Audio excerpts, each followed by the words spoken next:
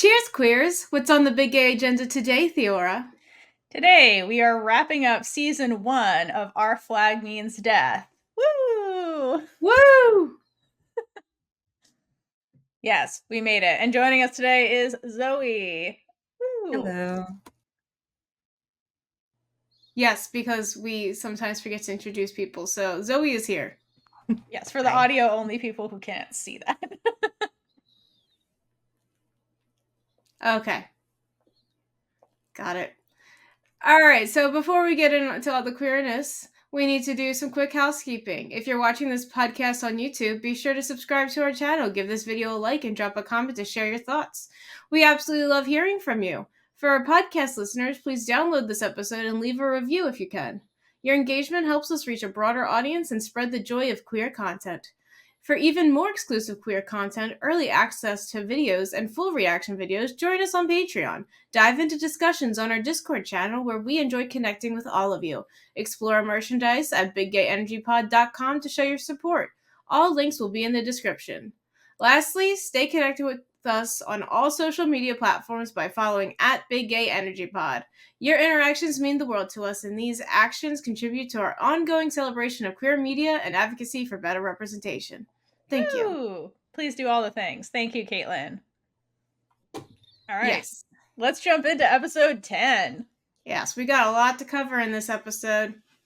So, episode 10 begins with Stede returning, and Mary has to face that she isn't actually a widow. Yeah, she's not happy about that. If you know that someone's not actually dead, you probably shouldn't pretend like they are, because they probably will show up back in your life. To be fair, how would she know that? Well, he said that he left her. He wrote a note. And she put together that he bought the ship to go be a pirate, which is dangerous and he's not qualified for. So, like, people die at sea all the time back then. So, like, it's not that big of a leap to be like, he probably died. He was incompetent. I mean, to be fair, he was already technically dead to her anyways, even when he was living with her.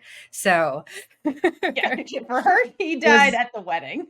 Yeah, it was a transactional relationship, nothing else. That's fair. Well, Mary is rightfully pissed to see Stede, and no one is happy he is back, including the children. I love the kid that's like, who are you again? Yeah. But Mary is flourishing with her painting career, and new guy Doug. Yeah, Doug is great. I love the way this opens with her and her, like, feminist meeting of, like, widows. And, like, if you look at the way she's dressed, she's very, like, a little bit more mask-coated, like with the cravat, like, the loose cravat kind of thing. So, like, she's, like, got her independence, and she's, like, confident and shit, and then here comes Stede, and just her reaction with the shaken cup and stuff, like, the rage emanating off of her. Quite literally raining on her parade. Literally, yeah. Oh my god, poor Mary. I'm singing in my head now. Thanks a lot, Zoey. You're so welcome. Mm-hmm. What you singing, Kaitlynn? Don't Rain on My Parade. Oh. yeah. Sorry, I missed that. That's a good song. Don't worry, the listeners, some of them might have the same question, so it's very valid. That's a good song. Yes. Anyway, so yeah, basically, like, in Stede's absence, so this is a shocking return for all the parties involved. So it starts with Mary being like, oh, fuck, he's alive, damn it. And then Stede comes to realize that, like, oh, everyone's doing super well without me. Like, even his children are thriving. So it's almost like Stede's selfishness was like a plague on his family. Because if you looked at, like, before and then after, like, they were all almost, like, caged together. And, like, anytime they show shots at, like, the dinner table, like, Stede is, like, miles away from his family. Like, yeah, he's at the head of the table, but, like, everyone's always clustered around Mary, like the kids. So it's almost like this divide was always present. And then once he was removed, everybody kind of, like, flourished in his family. And Mary has, like, her widow's support group, which I love, because this is such a real thing that was, like, never actually talked about out in the open because patriarchy and shit. So, like, in the opening sequence, it opens with, like, one of the newly widowed women is like joining the group, and she's talking about how she feels, and she's like, I feel so happy. And Mary's like, exactly, never fucking apologize for that. So I love this depiction because it's true. Like, widowed women were some of the only, like, it's one of the only avenues where like a woman could be like single and financially independent, and it's socially acceptable because she had a man but he died. Oh, how sad. So like all these women are like, these awful men are gone and we're just like living our best life. So I do love the realism of the widow support group, even though it's like presented in a funny way, because it is. How many of them are lesbians? That's what I'm saying. Where's their spinoff? The widow support group. If you haven't, guys, like in the comments. That'd be a good web series type, like mini series. Yeah. Oh hell yeah! Just women with money and just hanging out with each other. That writes itself. I did think it was kind of odd how like Stede was acting jealous of Mary potentially being in a new relationship when she wasn't fond of him when he was around in the first place. Like, you expected her to not move on when she was literally only staying for the kids. Like, literally. she was legally binded into staying, and you're surprised. It's like Stede is very much in Fantasyland at all times, is kind of the thing. So yeah, like that's a really good point. Like, what really was his expectation with Mary specifically? Like, she was just gonna wait for you to come back on a whim. He clearly didn't know Mary if that's what he thought was going to happen, you know? Which I guess is the point. It still makes it even funnier when like a couple episodes ago when like he was like going to like the British camp and they were like, he's dead, and he's like, I'm not dead, I'm right here, because of Mary just being like, oh, woe is me, I'm a widow, oh so sad. Oh no, he died. Rubs onions on eyes. Oh no, look at that tear. What a travesty. I could not imagine rubbing onions on my eyes. I feel like I'd just be screaming in pain. Well, that's what Mary's going for. She's got to feel something, even if it's artificial. Just like feminine rage, but like captured actually. Yes. If only they had artificial tears back then. You know who would have them? The lady with the jaguar or whatever. She would have artificial tears. Yeah, the eye patch. Let's be real. Yeah, eye patch lady. Whose name I can't remember. I apologize. Yeah, she definitely invented that after her husband mysteriously died. Yeah, husband number 1 or whatever. I don't even know what number she's on. She's as bad as Jackie. But her husbands don't live. Yeah. Anyway, I also found this conversation really interesting because they're talking about happiness, because in like the prior episode, like Stede was having a similar conversation with Ed about this. So it's interesting the way that's kind of paralleled with like Mary and her widow support group. So bottom line is that Mary has found happiness now that she was given the freedom to basically explore her own passions, because before that she was trapped and stifled by Stede, which is like how the heterosexual marriages worked back then. It was, man was the head of the house, it's his last name, it's his family, his lineage. So like Mary was stifled by all of this and like basically a bargaining piece for her family to get money by marrying her off to Stede. But here she has the opportunity to like do something on her own terms. And like that's where enter Doug, who's like she's like, oh, I can finally explore my passion for painting, and like found like actual love through that. And so like Mary is just like thriving on her own terms. So it's really interesting that Stede comes in and doesn't understand this, like you were saying, Zoe, because this is why Stede left in the first place, like to explore his passion and who he is and be his own person on his own terms. So it's really weird that he doesn't understand this coming from Mary, because they're basically doing the same thing. Just one's on land, one's at sea. So to me, it kind of indicates that like Stede is just wrapped up in Stede per usual. Hi, Brooklyn. Sorry. It's okay. The dog wanted to join the podcast. I was not expecting just Brooklyn to like slowly emerge. That happens sometimes. Sometimes little dogs join ours. Because Kaitlyn's sweater. All right. Anything else to say about this opening scene before we move on to what's going on the Revenge? I've got a lot of Mary things, but not right now. I do too, yeah. Okay. Mary's awesome. I do love her. Okay. I liked we got to see more of her in this episode, because I did not like her until this episode. Yeah, that's fair. But like, to be fair, it was also coming from the standpoint of how Stede perceived her. So she was already like kind of painted as a villain because it's like, ugh, I'm stuck with this woman who doesn't love me. I don't love her. She's just always nagging me. Like just like the stereotypical like man in a marriage anyways. Ball and chain, that thing. Yeah, exactly. Yeah. Like, he had that mentality even as like a He like did. at the time closeted gay man because he was raised around that. That's how his dad essentially treated his mom. Like that's all he knew. And like that just kind of like adds to the effect of he's so wrapped up in his own world that he doesn't see like the harm he's actively causing around him because like he wasn't raised to express his emotions. That's why he's so like gung-ho about wanting to do that like with his crew. But even then, again, he still can't see like when he's causing harm. Like it's giving autism coded as an autistic person. That's a really interesting. That's an interesting take. Yeah, I can totally see that from Stede. Yeah. Yeah, that is a major problem. He's always spiraling with his own thoughts, and then he literally can't see the people around him. It comes up again later, like in season 2 with like Lucius and like things like this is a pattern with Stede for sure. So that's a really good point. All right, cool. So we'll move on to the revenge because things on the revenge are weird. So Jim is back on the ship and finally gets together with Ulu. Or Olu? Why can you never say this? I was saying it correctly all week, and then I read it, and I'm like, how do I say this word? A mental block. God damn it. Olu. I think it's Olu. Olu. Thank you. I apologize. I swear I know his name. I just can't. When I read it, it's pronounced differently. Something triggers wrong in my brain when I read it. Okay. So they finally get together, which is great. A long time coming, so I'm glad that they're happy. It's been a long time coming. See, I want the rock version. That would be interesting. That would be interesting. Okay. Also on the revenge, Izzy is trying now. Izzy's in charge, and he's trying his best to keep the crew in line because Ed is completely heartbroken and just like MIA, and like he's spiraling in his own way.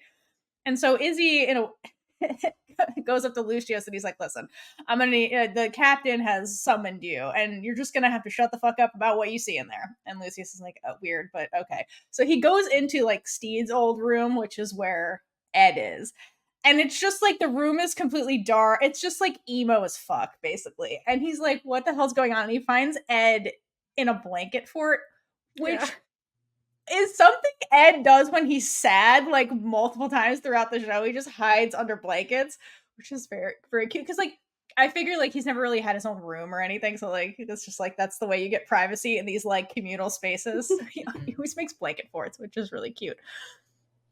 And so Lucius joins him in the blanket fort. And just Ed is just doing, like, the classic, like, breakup things. He's, like, wallowing, eating sweets, writing terrible songs. Terrible. And just like stabbing everything with knives. There's so many knives in this room. It's insane. So how much knives does one person need? And like that's a serious question. Like how much do you need? I mean, if you're a pirate, if you're a pirate in the business of stabbing, I would assume more than the average human who's not in the business of stabbing.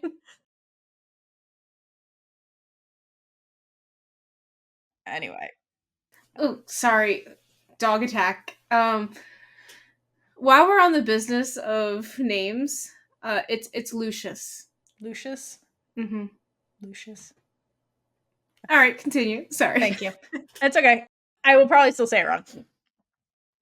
All right. And then I love later, like he finally emerges at some point, Ed, like after like quote writing the terrible song, and then he comes out and like sings it with Frenchie playing like guitar, and it's just like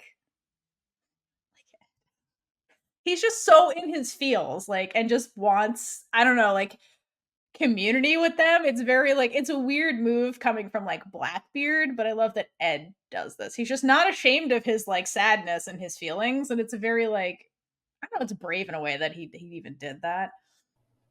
It kind of counters Mary's support group, where he's trying to like bring everyone down to his level. My god! And she's trying to uplift everyone. Ed does uplift them though when he's like, "Does anybody else have any songs?" And then like Buttons does whatever those. He's like, "My noises don't translate to human speech," and he does some like sea witch noise. And then Ed's like, "We should start a band, everyone." That's like basically where that goes. And it's funny because like it like that just kind of goes to show like how much like Stede has rubbed off on Ed, because Stede was always the one that was like, all right, circle time, let's share feelings, here's the talking stick, you go, you want to go? Got anything to get off your chest? And then Ed is just like needing that extra comfort because like Stede's not there to be like his like emotional support human. Yeah, no, that's so true. And so yeah, exactly. So like Stede, this is all Stede behavior that's like coming out of him, which is really interesting. I would like to see the Republic of Pirates Battle of the Bands. That would be amazing. Battle of the Crew. Oh no, if you do Battle of the Crew, they're gonna literally fight each other. Yeah, that is true. Let's maybe not Ballads of the Crew. How about that? Let's be really specific. Remember, that's their first album title. I'd be into that. All right. So while we were back in the fort, Lucius, whatever, steps in as like therapist to Ed, and he's basically like okay, so he's probably the most perceptive person on the in the show, I would say. Like when it comes to like, he's very much like sits on the sidelines, notices people, and can put together what's happening. He's pretty emotionally intelligent and just observant. So he's like, okay, this screams heartbreak. Because Lucius has said he's great at breakup, so he understands what this is. So he gives Ed the advice to like try and move on and stop with the wallowing and the spiraling. And Ed's freaked out by that because he's like, I should move on, like die, right? Like that's where Ed's brain goes. He's like, there is no moving on. There's just the next step is death. He's like, he's never probably been in a position like this before and doesn't know what to do. So he's like, die, got it. And Lucius is like, why does this have to be an end? What if this is a new beginning? So I like this line. It's basically setting up like basically the arc of season 2, which is like changing, not necessarily just like dying in the face of adversity, which is a hard lesson Ed learns, and a lot of other characters, like Izzy, for example. Oh, Izzy goes through it. Izzy has a beautiful character arc in season 2, and I'm emotionally attached to that arc. Karma definitely bites in the ass, but like it's a nice arc. Yeah, no, for sure. But like, I mean, they are pirates. We have to remember that they is a dangerous lifestyle. But yeah, Izzy is great in season 2. But anyway, we have to finish season 1. So okay, after that we cut. For some reason, I thought we were in season 2. No. God, keep up, Kaitlynn. God, Kaitlynn. I understand you want to jump to season 2 because Jang's there. I get it. All right, so I love her. I love her. All right, anyway, so after that we cut to Stede, who's basically on the exact same journey as Ed at this point, where he needs to realize that his family has 100% moved on from him, and moved on for real, and they have these happy new lives that makes them happy. And one of the things that like really sells this, I guess, is when he's like going through the house and he finds the family portrait we saw like at the beginning of the season that they were taking. And he's been completely blacked out. So, like, he's gone. Mary took this photo and was like, fuck this, and, like, painted over Stede already. And he's, like, looking at this painting, trying to process this. And I think the problem with Stede is I think he came home. Like, obviously he fled because he was scared and all that stuff. Fled Ed because he was scared and came back here to, like, quote, a safe space for him, like, the familiar, right? And I think he came back home and thought he was going to be this hero that was welcomed with open arms. And because like he's trying to like tell them exciting pirating stories and show them his treasures from his adventures and stuff. But his family doesn't give a flying fuck about any of this. Like they're not interested in his pirate tales. They're like, what is this weird orange you're trying to give me? His son doesn't even know who he is. So like he abandoned them. Yes. No, absolutely. But like in Stede's fantasy brain, he's like, I'm going to be a hero and they're going to think I'm so interesting. And everyone's like, no, like we've moved on from you. And like,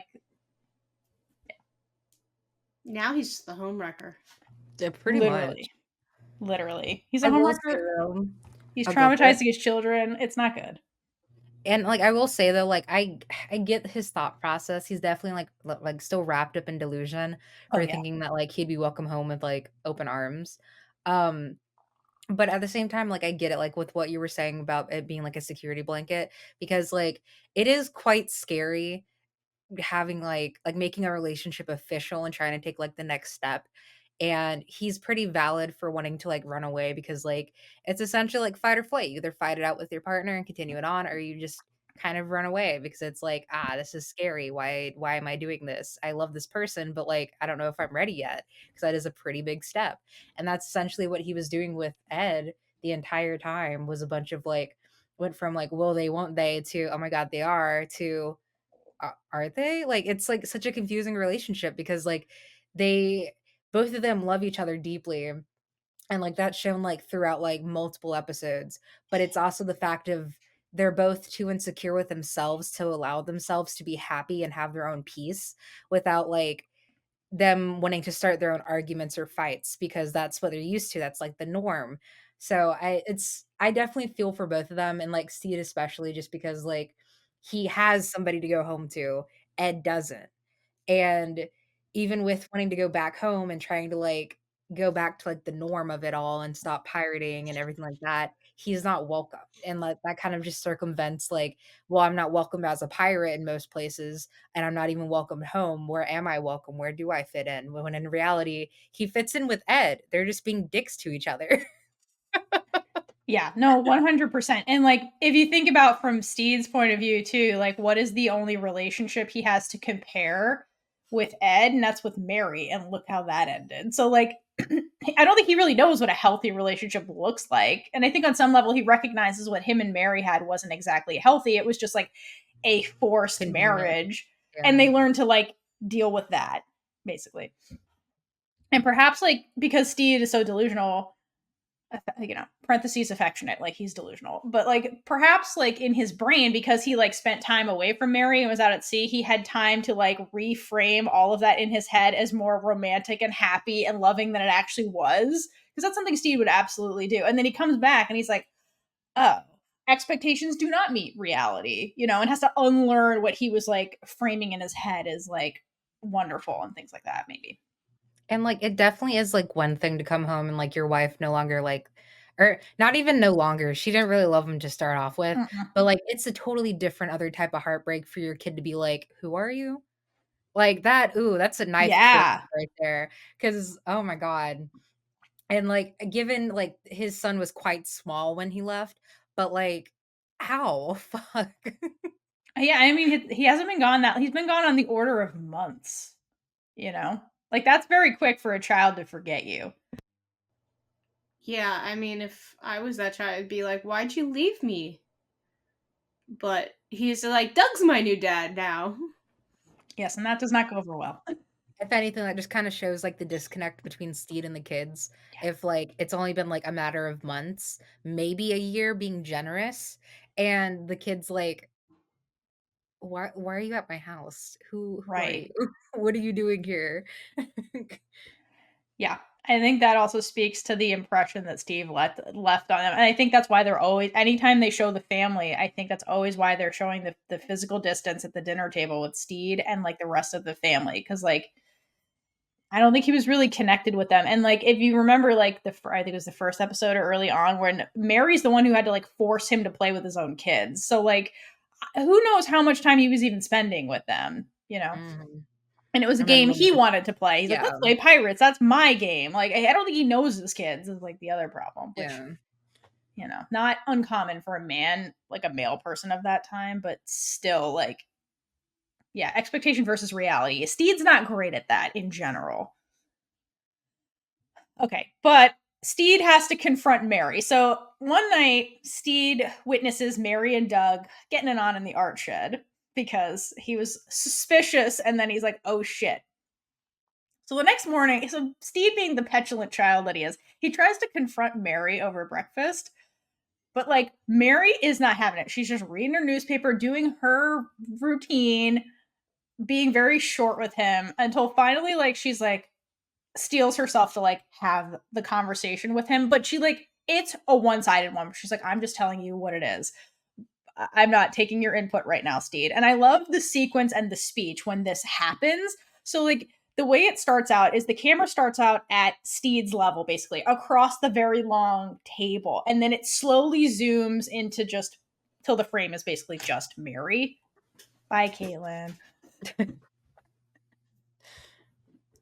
And yeah, and so like I love the power of that zooming, because it's just like Mary, because like it's Stede's perception, right? Mary is this small person that he like lords over, and then it becomes she's imposing, and like I think it like hits to the impact of like Stede processing this whole conversation. And she's basically saying like, you're home, fine. We're married, fine. But she's basically like, I've created a life for myself that I really enjoy, and like I'm finally living my truth, and I found happiness, and I'm not destroying this because you suddenly unabandoned your entire family on a whim. And I love that she says the word whim, because this word comes up over and over and over again throughout the rest of the show.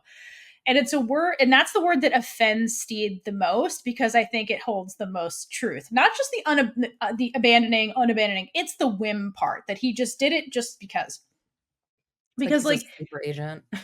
Yeah, like his like whim prone nature is what led to the rift with Ed to begin with, and it's something that causes him and Ed to have problems like throughout the rest of the show. Like that is a real problem Stede has, and I don't think he really confronts that about himself, or starts to, until Mary brings this up and like makes it real, you know? So yeah, so Stede, like, in order for him to be happy, like basically he has to learn to move on completely from his past life, you know, with Mary, the kids, the son of his father, the landowner, that kind of stuff. And he really has to embrace Stede, the gentleman pirate. Like he has this delusion that he can live in both worlds a little bit, but while he's doing that, he's making everybody miserable. Like he can't be the captain to his crew if he's at home with Mary. He can't be with Ed if he's at home with Mary. And then vice versa. Like you can't be like, I'm still Mary's husband while you're off gallivanting across the ocean. Like, you know, you're making everybody miserable. He did not think about her or those kids one time. Not once. No. Just during his near-death experiences, but that's about it. Mm-hmm. Also, yeah. I don't blame Mary like one fucking bit, because I love my boyfriend to pieces. I'm gonna marry that man. I love him.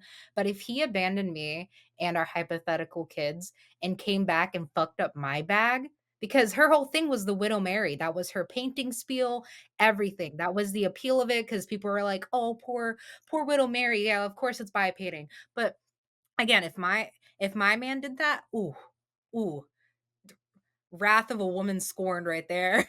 For real. Like it's fucked up to do that to anybody. Like just completely bulldoze over somebody else's life. Like, you know. So something that I really liked in this episode, this is actually one of my favorite episodes, is that we do get to see more of Mary and Mary alone. Yes. And I don't remember the character's name, but she talks to the eye patch lady. Her name. I call another person Nose Dude later in season 2, so I have no idea. I have no idea what the names are. So yeah, eye patch lady, and she's like, you know, there are other ways to handle that, and like basically telling her you could just kill him, and then your problems will all be gone, because that's the answer to life. I mean, back then it was. So for women, it is actually like because Mary says it basically in the conversation with Stede. She's like, we got married under God and the law, so I am legally bound to honor this marriage. There is no escaping the marriage unless you die. So like, yeah, if women were trapped in that was a common thing. Women who were trapped in unhappy marriages would poison, kill their husbands. That's the only way out of that situation. So like, actually that is true. Like that is the out, unfortunately. And it's pretty fitting for this time period, because Aqua Tofana was made around like 1651 by Giulia. It's Giulia. I cannot pronounce it to save my life. But Tofana. And it was literally like her marketing, like, hey, I have a solution. You need an answer to your problem. You want to get rid of your little hubby. Well, buy this magical serum, slip it into his morning coffee or tea or whatever. There you go. Problem solved. Yeah. Like, it's very fitting. Yeah. So I know that TVs and all of that didn't exist back then, but in my head, I'm just like picturing this as a marketing campaign with ads and everything. I'm like, how does that work? Do you need to get rid of your spouse? Like the weird angle. Do you have $10? Well, I got the solution for you. Act now and we'll give you 3 doses for the price of 1. Right. Those weird infomercials. At the 1 a.m. Yeah. That especially would play at 1 a.m. Like that, like 1 to 3 100%. a.m. Oh, 100%. Like, gotta be discreet. Gotta be discreet. And for the younger people who definitely do not understand, if you fell asleep with the TV on a cable channel, you'd wake up to the most terrifying or weirdest commercials at those times. Sometimes they're selling you religion. Sometimes I don't even know what it was. Oh, choppers. A lot of different like kitchen gadgets. Or if you were fortunate enough and you fell asleep with Cartoon Network on, you woke up to Robot Chicken and were horrified. Yeah. Basically, 1 a.m. to 3 a.m. was just, is the Wild West of television. And if you were really unfortunate, you got those sex ads for the 1-800 number. I don't know about those. No, I've even gotten them like on Hulu. I'm like, why is this targeted? I watch true crime, anime, and horror. All right, but back to Mary, because Mary's like, I don't want to, but it sounds appealing. So when Stede goes to bed, because we know he falls asleep first, Quote. Yes. Is it a pair of scissors? What is it? Okay, so when she was at the dining hall or whatever with Eye Patch Lady, she saw a guy with a skewer who's like skewering, making a kebab, and then she's like, so she took one and she's gonna poke him through the ear, like pierce his brain, which was actually pretty clever. Yeah, I gotta say that is like the most that's like the tender part that you could actually stab, right? We're not endorsing murder, but like we are saying good job, Mary, in this fictional scenario. I'm just glad she had enough sense to not like try to kill him with like painting utensils, like the little like the palette scraper or something like that, just because that would have been like if she did get away with like killing him and they were trying to look for the murder weapon, it'd be like, okay, well, this is kind of obvious of who killed him. But like it was in their bed though, so there's really no other suspect. Well, okay, you play the incompetent woman. You could be like, I was scared a man came in here. How could a woman do this? And they're like, you're right. Women could never do this. That's true. But anyway, you see her hovering over his ear. And all of a sudden he wakes up and I'm like, do not lift your head up. Don't lift your head up. I was just like, Stede, don't move. I was so anxious. I was like, oh my God, he's going to like end up inadvertently stabbing himself. Right? Which are all he's going to go deaf. He's not going to be able to hear Ed whisper sweet nothings in his ear. No more bedroom. But anyway, he's like, are you trying to kill me? And she's like, oh, yeah. I guess there's no other way out. Obviously. But then they actually start talking. And I love this scene so much because it's sweet. It started out very, very interesting. But, we get there. And so basically, they're talking about the lives that they created, and Mary starts talking about how she loves her life now, basically. She has Doug. She's so in love with Doug, and I'm not even reading my notes at this point, so I need to figure that out. But Stede asks Mary, what does it feel like to be in love? And she's listing off all of these things, and he can't help but to just think about all his time with Ed. And it's really cute.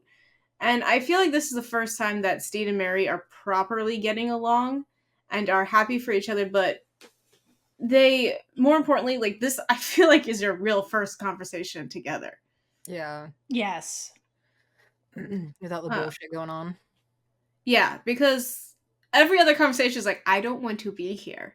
I am forced to be here. I want out. Yeah. My favorite response of Mary is when he asks, when she's, I guess, describing like, what does it feel like? My favorite response is when she's like, it just feels easy.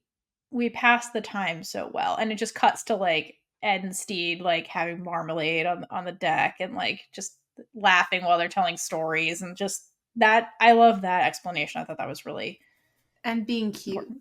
Yes. But Mary tells Stede that she hopes that he finds that. And first of all, I love that she says that because you could tell it's so genuine. She's like, we both know that we aren't meant to be together. And I finally found something that brings me peace. And even though you abandoned us, that was needed for me to find my happiness, but I would like you to find yours as well, because they both know that each other are good people. It's just they weren't right for each other. But Stede adorably says that he thinks he has, in response to finding love, basically. And just this whole scene, I'm trying to not go through it too quickly because it's beautiful and I want to do it justice. But it is.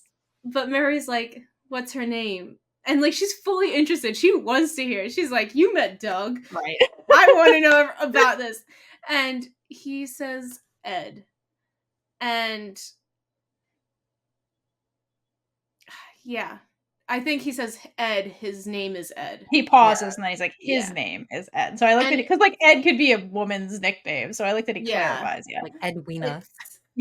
It's the subtle pronoun change in order to get her to understand that just pulls on my little heartstrings. Mm-hmm. And then she immediately grins like a fool. And I think that grin says, you gay asshole, I knew it all along, and I am so happy for you. 100%. Like, just like his mannerisms towards Mary, like she definitely had an inkling. Like she was definitely like one of the first people to be like, oh, I wonder if it was that little touch in the beginning. Right. And then like that also just kind of confirmed why like Stede was very much so like trying to be involved but also not trying to be involved, because like he loved her as a friend. Yes. And like, there's why platonic can't love we there. be friends? Why can't we be friends? They do get to be friends, which is really sweet. So I like that the writers chose to give them closure in a really beautiful like way. And then they hug, and like this hug is like the closest they've ever been, and it's just so cute because they're like, I understand you, I think of you as a friend. And like Ed, oh my god, Stede and Ed. Stede needs to not have Ed in his name, because it's what's messing me up right now. So coincidence. This is the first time Stede really gets to talk about Ed, and especially to a party that didn't know him as Blackbeard. That's a good point. Yeah. I would say though, if we somehow manage to get a season 3, I would love for them to make it to where Ed and Mary meet, since we met Doug. I think that would just be like amazing. Just like trying to have like a nice little like dinner party, like double date type of deal. One of the Twitter peoples will actually shout you all out in the last episode, but they said that they want Mary, Doug, and the kids to go to the inn and not realize that it's Stede and Ed's. Wonderful. And I would say like that's when Ed would do this whole like pirate day and do like a treasure hunt, and then they're all going on this treasure hunt with the kids, and Ed is helping the kids like be pirates as well, and it would just giving be them really terrible advice, like here's but how you stab someone. No, the girl would definitely be like all in on it, and he'd just be like, wow, where are you been hiding her? And then he's like, we got to get her to Zhang. You should meet Zhang. Oh my god, I just love that scene so much. Yeah, I also would like to see Mary meet Zhang. I feel like that would be an interesting, like just an interesting interaction overall. Like they're so similar, but at the same, like they're so like different, because like they're both strong, independent women. And you don't need no man except Olu. And like you have like just a simple painter widow, and then you have like a pirate queen who conquered China. I know, I love that. The widow painter paints Zhang. That'd be great. Does Zhang's official portrait? Oh my god, that'd be amazing. Oh, there's so much to fanfic about this show. I know, it's so great. I will say though, at least Mary did respect Stede enough to not like Peyton Doug. Yeah, honestly. Picture. Like at least like she had enough decency to be like, okay, well, I'm not gonna do this on like the off chance he does come back. Like it Now, still hurts, but now that Stede knows though, she's gonna like have Doug added, but like next to Ed's shadow. Stede. Stede, oh my god, Stede's shadow. So like the family's still whole, and the reminiscent of Stede is still there because The he ghost is of like Stede. in a the family background. friend. Yeah, Just a faint ghost outline of Stede in the background. Or like Stede looking down on him. it would be funny if Doug God. was painted, but his arm was around the ghost. Yeah. Just I mean, a big they're happy Polly family. they're buddies by the end, so that tracks. Yeah, like the whole family is in great shape by the end. Agreed. All right, so unfortunately, we have to move away from the family and see what Ed's doing. Because while this is all going on, Ed is thinking about Stede and having his own montage while he's a montage about like the red silk. Because he's like playing with that red silk that his mom gave him. And he's reliving the "you wear fine things well" memory. And what's important about this scene is that prior to this whole like sulking with the silk incident, he was alone with Izzy. Because Izzy's is like, who the fuck are you when where is Blackbeard? And so he basically like provokes Ed into being angry in order to like bring the old Blackbeard out. Because the Ed right now is like, let's have a talent show, free love, baby, whatever. And Izzy is like, I serve Blackbeard, not Edward. Because Ed wanted everybody to call him Edward because he's tired of the persona. He just wants to be himself. But Izzy's like, no, that's not why we're here.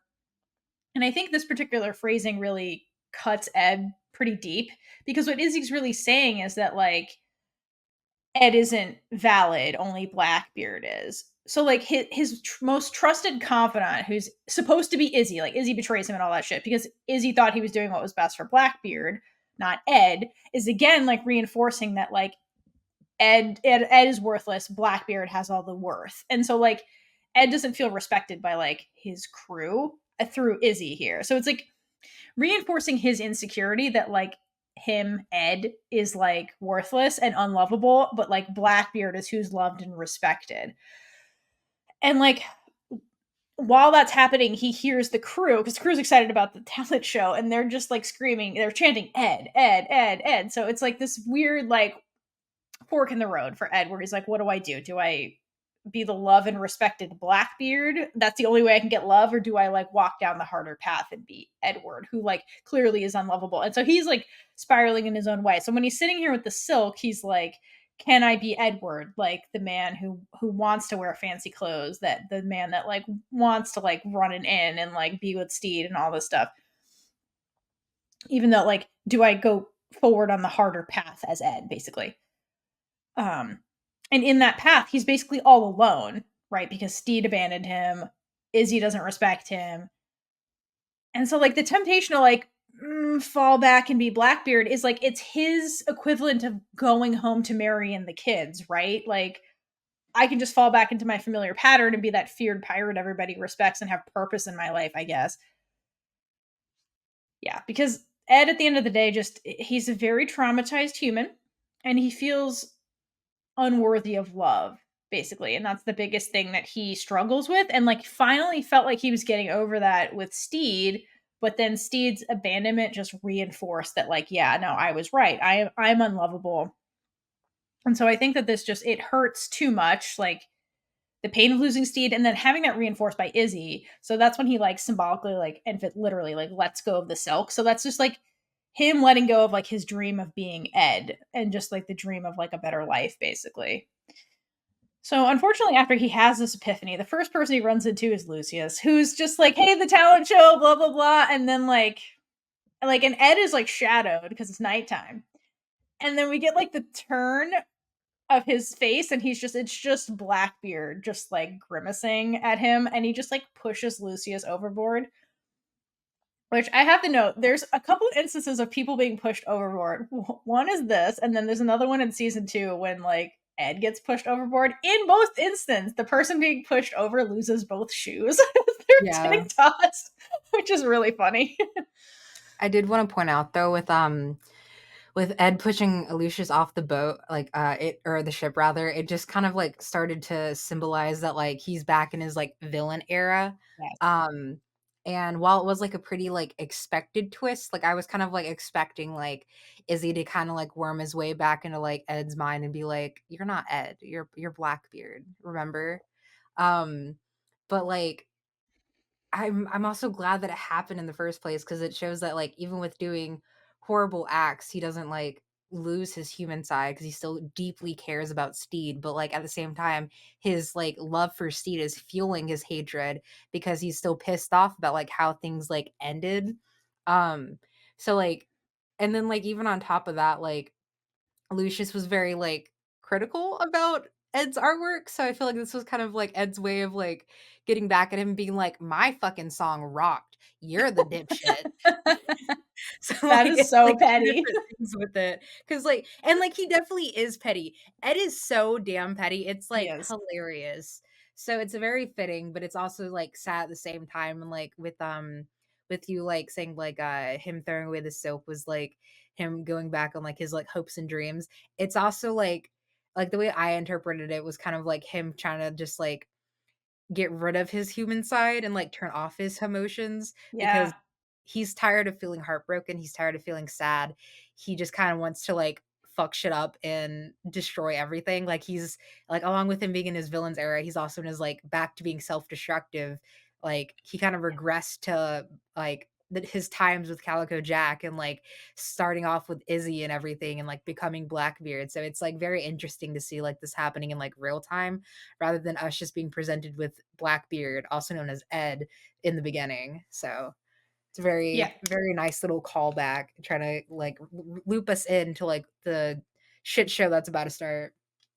Yeah, and this regression into Blackbeard, remember Blackbeard is the man that doesn't know fear. He doesn't know pain. Like, and he says as he's like getting back into character, basically by putting on the makeup and like putting his leathers back on, looking at the dagger, he says, "I am the Kraken." And remember, the Kraken is the monster. So he's basically saying like, okay, Ed the human is no more. Ed the human can't exist. Ed the human keeps getting crushed. Like the monster is just going to come out. That's what people want. That's what people respect. That's what people expect of me. Like you said. So like, yeah, the stripping of his humanity is a really good way to put this.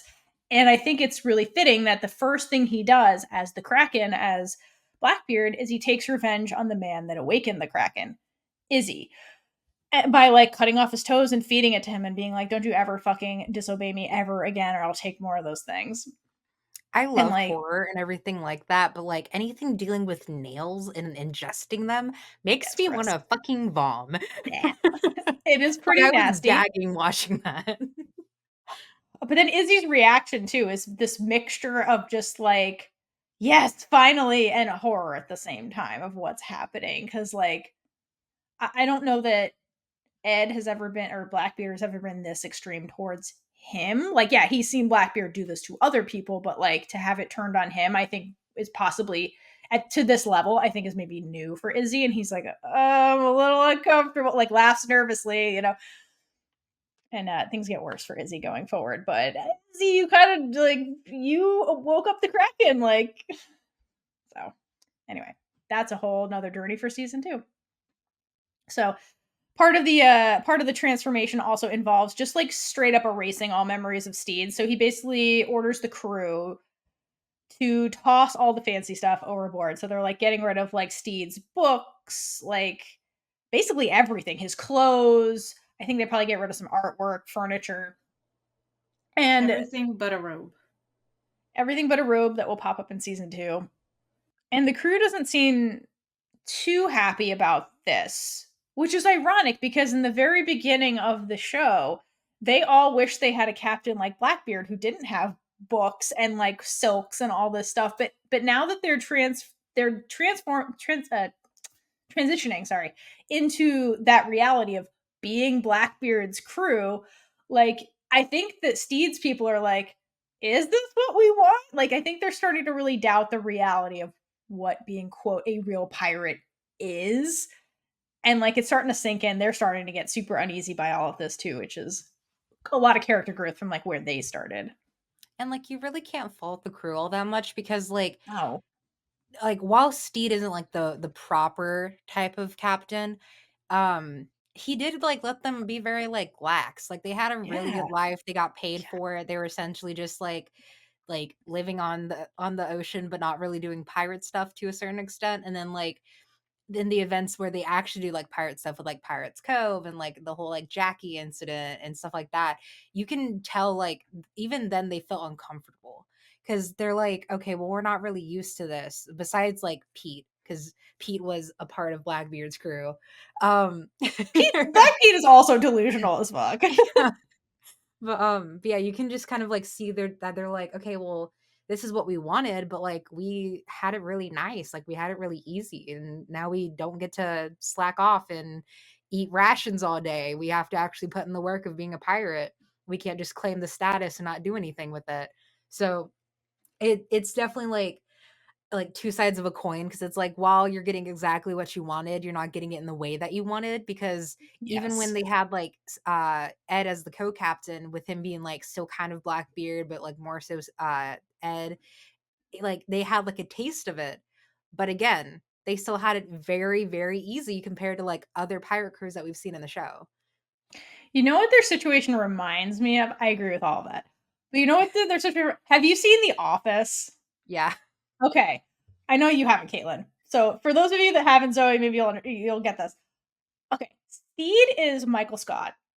Okay. Yeah, And he's 100%. basically paying the crew to be his friends. Like it's basically what it is. Like they're not truly like they're kind of doing pirate stuff, yeah, but they're mostly like, there to be Stede's friends.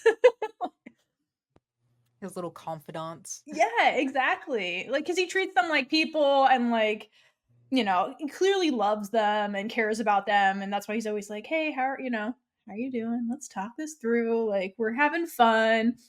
Yeah, Not to mention he's just Michael Scott. like the slap of reality when they're getting rid of Steed's stuff. It's kind of just like them realizing, okay, well, I guess this is like the chapter is closing. I guess this is not Yeah, who we are anymore. And like it's very bittersweet because like we've said, they're getting what they want at the cost of not being able to remember Steed at all, besides the revenge, the ship itself. yeah. Like it's so sad. And like I feel so bad. And like it doesn't help when like Izzy's like, what the fuck are y'all doing? Hurry up. Yeah, I know. So, speaking of Stede, let's head back there, where the family is bonding for the first time in forever. For the first time. Yep. Sorry, Kaitlynn. That's where it was going in my head. I was just really working hard to not verbalize it. So thank you, Theora. No, you're good.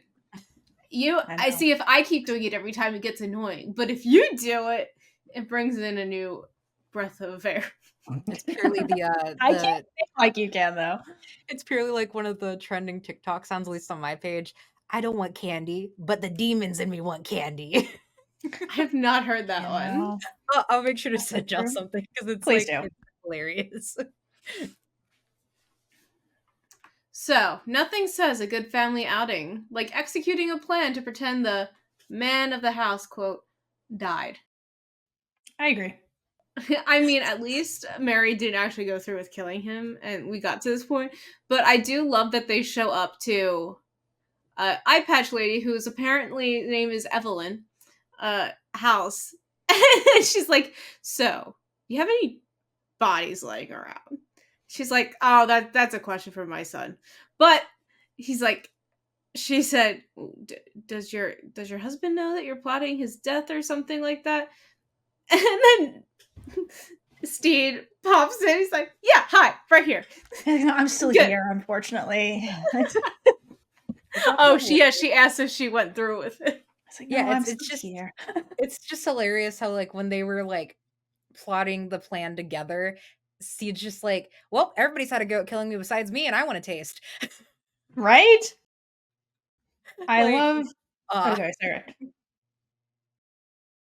I love earlier when Mary got the idea about the skewer when she's first talking to Evelyn And I love when Evelyn's like, basically like, you could just kill him. That's probably the best thing to do. And they're talking about like natural causes of death. And her line, my favorite line is, murder is a natural cause of death. Which is like true, but also really dark and funny. What is not a natural cause of? My camera didn't want me to ask that question. Apparently not. Oh, I definitely did want to mention, I thought it was very intriguing when Stede came from the bar to Mary's like paint show or art show, whatever you want to call it. Yeah. And like he full on like a switch fucking flips. Like he's like full on about to kill Doug. And like it's so wild to see like I was mentioning earlier how like Stede has rubbed off on Blackbeard, and then we see vice versa where like Yes. Stede is about to like full on like maul this man. Like he's about to like full on pirate his ass. Like it's so interesting seeing like that switch flip and like seeing it like his face just drop, and it's just amazing. Yeah, that was a really good moment because it goes to show that like Stede really wasn't pretending. Like he now has pirate instincts. Like that was instinctual. He didn't think about that. And like you see the moment where like it clicks what he's doing, and he's like, Yeah. "Oh, I'm in the middle of like high society, and like I have a knife to this man's throat. Like I can't like, oh, what? I can't believe I just did that." Like It also that's goes really to show like the people that really don't believe that Stede went off to be a pirate. It fully shows that like he did go and do that, because where the fuck else did he learn something like that? yeah. And like it purely like reminds me of like what is the best way to word this? Kind of just like him slipping into like Neanderthal moment real quick Yeah. almost. Like It's like it's instinct. It's just yeah. survival instinct. Yeah, caveman brain. Okay. Other thing I love about back to like Evelyn and her big widow energy, I guess. Big She widow. okay, so they show up at Evelyn's because her son, I guess, is like the body master. the right. The No, they like petition? they run the morgue, I guess, of the time. Like they're the coroners of the time. And so they're there to get a body. So I love that she hooks them up with a corpse, and not a Steed-sized corpse, and her jungle cat, Ned. Yeah. I love that that's there, which is hilarious. And Stede just like, I love that he makes it work with this cat. It's hilarious. It's also really nice, right? Out of all the names, just Ned, the Ned. jaguar. But I really do like how they perfectly executed a femme fatale, because that's Oh exactly my what Evelyn god. is. Like very on point. I really like that aspect, and like it it makes me laugh that she just is like a femme fatale, but here's my jungle cat Ned, you know. I love it And so then much. my mortician son Mortician, thank you. that shall be unnamed. He doesn't need a name. He's just the son that gets the bodies. And then I love Ed's fuckery that goes, sorry, Steed's fuckery. You got me doing it now, Kaitlynn. It's not my fault. It's the name's fault. It's Steed's where we got Stede, Ed, and Ned in this scene. So it's Yeah. right on this page. Ed, and Eddie. Oh my god, seriously. And yeah, so I love that the fuckery goes really well, and like Stede pulls it off, and then Mary gets public closure that yes, my husband is dead. And I do love the conversation that before he leaves and like they execute it. I love the conversation Stede and Mary have in the carriage where he's basically like, she's like, "Are you sure you don't want any of the money? You don't want any of the land?" He's like, "I don't want anything. Like that is yours. You have earned it. You and the kids. I'm just gonna exit, and we're gonna have our happy separate lives." So I like that, like they make peace, like all of them at the end. It's really like a good, like I like how they wrote the closure with Stede and his family. It was very sweet. I do loved it, and I loved the daughter splitting the orange in That half was cute. That was so and giving cute. it to him. I have. Also Go ahead. for it. Mine's about Ned, so go ahead. Oh, mine was just about Doug and Steed's relationship, because it's Oh my purely God. like here's my husband's boyfriend. Yes. That's like the dynamic that they have. Like, yeah, they're kind of like Doug's just kind of like, I don't know how I feel about you, but you're trying to make an effort, and like in like relation to that, they end up becoming friends, and like obviously like Doug and Stede aren't together, but like that's just like the vibe that is like brought to the function. It's so cute. I like when they come up with the plan and Mary wakes up and she's like, Stede, you made me breakfast in bed. He's like, no, that was Doug. And Doug is sitting in the bed. He's like, we were talking. It's so cute. It's just such a good episode just It because of is. like Such the a good closure episode. that we get, the repairing of relationships, the starting of like a new friendship. Like it's so beautiful. Plus like Stede actually gets like a look into Mary's new life, and like he finally takes his head out of his ass and is like, all right, well, it'd be best if I just faked my own death and went back to my boyfriend. So let's do that. The breakfast in bed scene foreshadows season 2. Ah, you're correct. It does, When- yeah. Yeah. We get the flip side of that. Yeah, Can't wait till we get because there. Mary was like, I hope you find what I have. And then he does. He does. But I have something to say about Ned. Okay. So you know how they say the lion's den? If you flip the word den, It's Ned. Oh, It is. shit. that is my additional Wow. in this episode. Thank you, Kaitlynn. How insightful, thank you. Okay, and with that nugget of wisdom, let's move on to the ending of season 1. So, what? I got a note. I don't know what it is. Hold on. Okay. I said the ending is very bittersweet because Stede is finally free.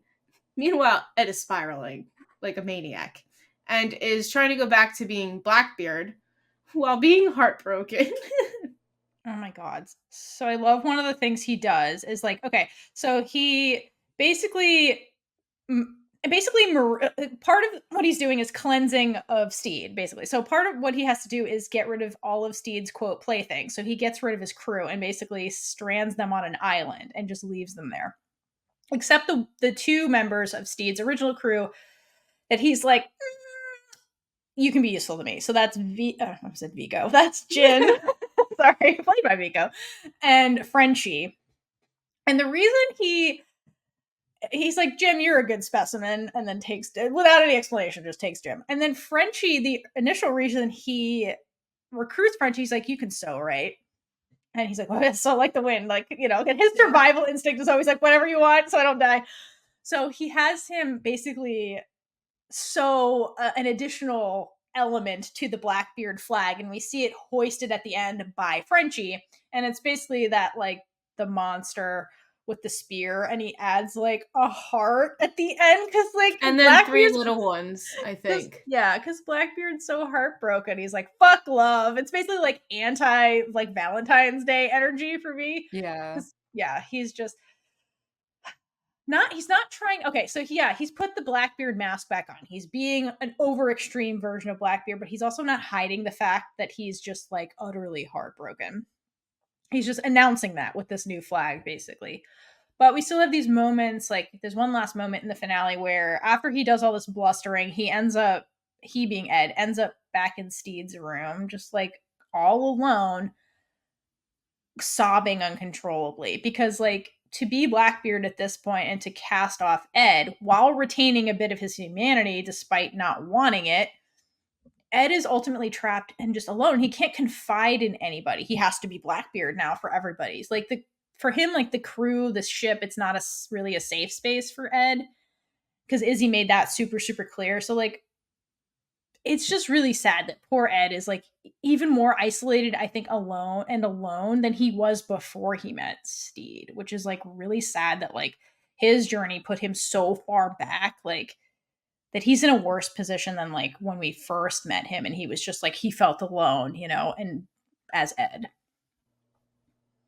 There's a lot going on. I analyze him more in season 2 because there's a lot happening. There's been a lot happening. It's a very sad place to leave Ed. And like it's such like a well done like scene anytime it cuts to like Ed just like sobbing, because like we've all been there, like for the most part. Like we've all dealt with like going through heartbreak or just like having the feeling of being alone even if you have people surrounding you. And like it like it's very nice and comforting almost to like see that happening to like a relatable character, because it's just like, hey, I felt alone before, even though like I'm with like multiple people, like I definitely get it. And then adding like the heartbreak element to it, it's just like I've really been there before. So I just feel for him, and like in with trying to like get rid of his humanity, it's not working. Like it's No. still there, because if it was working, he would not be crying. He would have killed Stede's playthings. Yeah. No, totally. And the yes to all of that. And another thing I'd like to add, like a layer to all of this that I really appreciate, is the fact that these are men. So Mhm. usually with men, when they're upset, it's like socially acceptable to just be angry and not have emotions and squash your humanity. And so like Like normally we Calico would, Jack, essentially. yeah, exactly. So normally the way we would see this play out in media is just you would just see the destructive Blackbeard and nothing else and be like, he's fine. He's expressing himself through his anger. So I love that they specifically cut to a scene of just Ed just sobbing. Because yeah, on the inside he's upset and like it's okay for him to be upset. So I like that they explicitly show the audience like he's fucking sad. And they just let the character cry. Because I feel like we don't get that with male characters, and it's and I like that they're showing that in a healthy way, like it's okay to be sad, like that's normal, like this is okay to see the great Blackbeard being sad, like that's okay. So I do appreciate that layer to it as well. Yeah, and it's even more impactful that it's specifically Blackbeard doing this, Yes, because agreed. like he's very much so like the epitome of like manly man. So like Yes. him just like sobbing, like, and like crying his eyes out to where like you can like visibly see them like all puffy and stuff, and like it's just, and like his like makeup is like smearing. Like it's so impactful, and like it's so lovely, and just I appreciate that they did that, because like you said, it's okay to cry no matter what gender or what you identify as. So it, like I said, it's nice seeing like the stereotype of what men should be, just having a full mental breakdown. Yeah, no, I will absolutely love that about Blackbeard's journey in particular. Yeah. Um, so I hate to break up the Ed talk, but I think we need to head back to Stede, What's Yeah. Stede up to? because Stede, when he left his family because he's dead, quote now. Thanks, Ned. And the piano. Yes, the piano, the carriage, a lot happened in that death scene. Some But fuckery. he rode off into the sunset. And apparently the boat could only track where the crew members were left on a deserted island. But just this once, he couldn't magically track where the Revenge is in the middle of the ocean. It's because Ed didn't want to be found. No, you're right. This is Looney Tunes, Kaitlynn. This is I the know, I was Looney going to Tunes bring up element. Looney Tunes. I do love the fact that when Stede shows up, his crew was like 2 seconds away from eating the Swede. Yeah. I love that. I also think Sweet. it's hilarious that like it was like just like a cut to like Swede's ass, and Yes. and they're just like, they're looking Mm. mighty tasty right there. Okay, I also love that the reason they're on the deserted island is because like Izzy tricked them, and he was basically like, yeah, no, we're gonna have the talent show on this island. You guys set up first, and then we'll come back. So they're like in costumes. They have like juggling Yeah. things. So I love that with that knowledge, Buttons still brought his like his grill or whatever. His Like chomping teeth. yeah, I love that he brought that for the talent show. Like it's such a Buttons move. Like why would you bring that? So he was like, you never know what's gonna happen. Like Better have it than not need it than need to not have it. exactly. So I love that little detail. Like the thought process of Buttons is the absolute best. But that unfortunately brings us to the end of season 1. It sure does. We still have a whole nother season to talk about, but Thankfully. that's it for this season. Yeah, so again, we did our best to cover like our favorite parts, things that we really enjoyed. If we missed things, BTS stuff, leave it all in the comments. We love hearing from you. But we will be back to cover the rest of season 2 and then speculate on what we would have loved from season 3 amongst us and with all of your input. Thank you, fandom. So You'll have a lot to say about season 3. that might be its own episode. Honestly, just theorizing about season 3. There's some good stuff in there. I'm very excited to talk about that. So there's plenty more to enjoy, and we will have more interviews coming out, hopefully, or maybe they're already out by the time you get this. Who knows? Speaking of interviews, if you want to know more about behind the scenes stuff, we do have the Vico and Gypsy interviews already posted. Yes. If you haven't seen those already, check them out.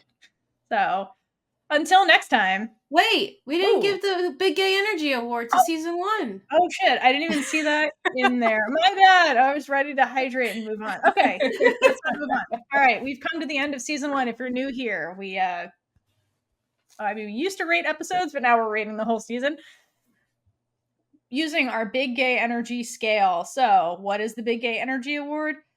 Basically, it's a gayer version of our Big Witch Energy Award, if you've been with us that long. And if you don't know what I'm talking about, this award goes to something we absolutely loved or found very queer in this show that really encapsulates the term Big Gay Energy. So, Big Gay Energy team, who or what would you give the Big Gay Energy Award to for season 1 of Our Flag Means Death? Honestly, I'm thinking the outfit. They were pretty cunty. Yes, especially Evelyn. Speaking of like cunty outfits, yes. Oh, that's a good one. Thanks. And it wasn't Gypsy. Thank you, other costume designer for season 1. No, Nancy is. Oh no, Nancy's hair and makeup. makeup. Yeah. It's mine is Stede and Mary's conversation. Gets the Big Gay Energy Award. Yeah, because it's a perfect scene for Stede to come out, quote, to Mary. That's also a nice little like example of like allyship. So yes, even though Mary, I swear to God, she experimented afterwards. Oh, for sure. Her widows group, how could you not? Yeah, no, I agree. That's a good point. All right, I'm gonna give just like the easy existence of queerness in this show as the Big Gay Energy Award, because there's several queer characters portrayed explicitly. We have Jim, we have Lucius and Black Pete, and then we have Ed and Stede. And there's other queerness going on as well. But the way that the queerness just exists in this time period, we don't really have to explain it. There's no stigma. There's no home. They just exist and get to have their own stories and just gay it up all over the place. I appreciate that wholeheartedly about a period show, so I love that about this show more than anything. I think that alone gets its own award. Not to mention, as we mentioned before, like this show is still like very historically accurate in the sense of pirates fucking each other because they didn't have readily available access to fucking women. So I mean, like it's very historical in that aspect. Cheers to that.